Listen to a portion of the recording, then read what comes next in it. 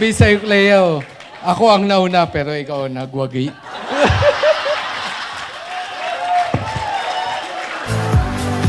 This next person that we'll be calling in front is Martin's brother from another mother. Kala mo laging seryoso pero pag nakilala mo, loko-loko pala. Very dependable, trustworthy, and loyal. Pinaka-maaasahan mo sa chismis. Tawagin natin siyang Iron Man. Please welcome our best man, Mr. Ken Yao. Ken!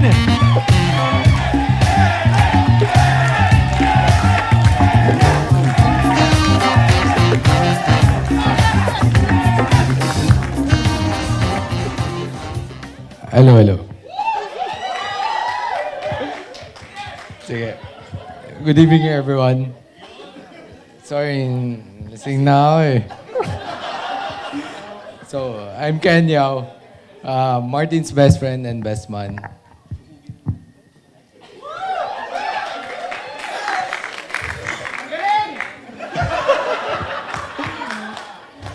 Tangina, English kasi. So, si Martin, kahit sa anong bagay, maasahan mo yan. Sobrang mapagkakatiwalaan sa kahit anong bagay. Sa lahat na naging problema ko sa buhay, nandyan siya para sa akin. Minsan, sa sobrang close namin, naging parang mali na eh. Last time, parang college pa lang kami nun. College pa lang kami. Nanood kami ng movie na Tagalog, na romantic movie. Kaming dalawa lang. Love story, kaming dalawa lang. Pinagtitinginan kami ng ibang tao. Parang bakla ba ako? Wala na sa script yun. Fast forward to January 2020, pandemic nun. May nakilala si Martin sa Facebook. Inad niya sa Facebook na pinakilala ng office mate namin. Sabi ko, sino na naman yung bibigtamahin mo? Yung pala si Cleo. Anyway, kinikilig siya pag kinikwento sa amin ng wife ko, saan na ba yun? Si Chris. Putangina, yari ako mamaya. Sabi niya, may hindi kwento yung pari kanina eh. Sabi niya sa akin, Cleo, kinikwento sa akin ni Martin, ikaw daw yung patay na patay sa kanya. Nung high school pa lang kami, yung sa inter-school na varsity basketball, sabi niya sa akin, kilala mo na daw siya. Parang patay na patay daw ka daw sa kanya. So, sabi niya, chinito ako. Siyempre, sino ba naman hindi magkakagusto sa akin?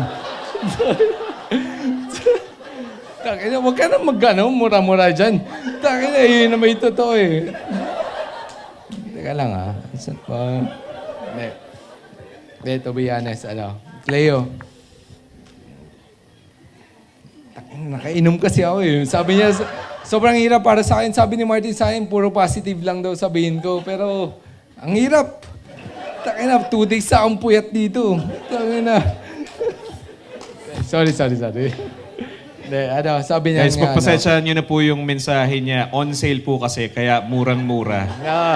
Sarado pa yung mobile bar. Nag-request na ako ng inumin ko.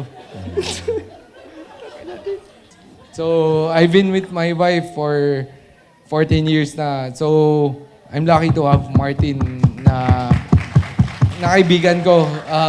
19 years old, nagka-baby na kami ng wife ko. Si Martin lang yung kaibigan ko na nandun para sa akin nung nanganak yung wife ko. And sumuport sa akin sa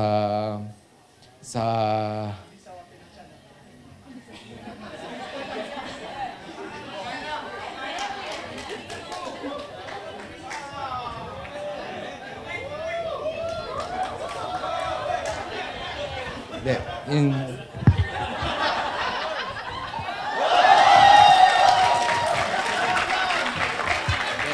si Martin lang talaga yung sumuport sa akin ng sorry. Yung time na syempre bata, tapos nagka-baby ng maaga. Alam nung wife ko si Chris na Si Martin, kung may nakapanood man ng Rewind dito, alam ko love story yun, pero kay Martin, kahit hindi kami magjowa, kung mauulit man, kunyari may next life ako, gusto kong mailala pa rin si Martin. Sa friend, sobrang maaasahan kahit sa anong bagay. Sorry guys, sobrang hirap to para sa akin na kanina pa ako umiinom. Sabi niya sa akin, papakilala lang kayo, hindi kayo sasayaw. Anyway, so, may 3-letter words na seryoso ako ngayon So, LRT. So, sabi niya, wag lang kayo basta mag-commute or mag-kotse nyo. So, LRT, L is for love, R is for respect, and T is for trust. So, I think, for 14 years, in-apply ko to sa marriage namin ng wife ko. Effective naman. So, hindi naman siya nagagalit sa akin. So, L is for love, and R is for respect, and T is for trust. I know, sa lahat naman ng kinasal dito, wag na tayong maglokohan. Nag-aaway-away rin naman kayo. So, ako, yung ginagawa ko lang, pag nag-aaway kami, tahimik lang ako. Kasi yung babae, hindi yan matahimik eh. So, sa reaction, kahit yung year 2000, binabalik nila eh. So, yung ex ko na hindi ko nakakilala, binabalik pa. Joke lang. Yung Chris, so, advice ko lang. Advice ko lang. Sorry. Overtime na yata ako. Hindi, okay lang. Hindi, pagka nag-aaway kayo, tsaka hindi naman maiwasan yan, tahimik ka na lang, Martin. Hindi, trust me, kinabukasan, mag-asawa pa rin naman kayo.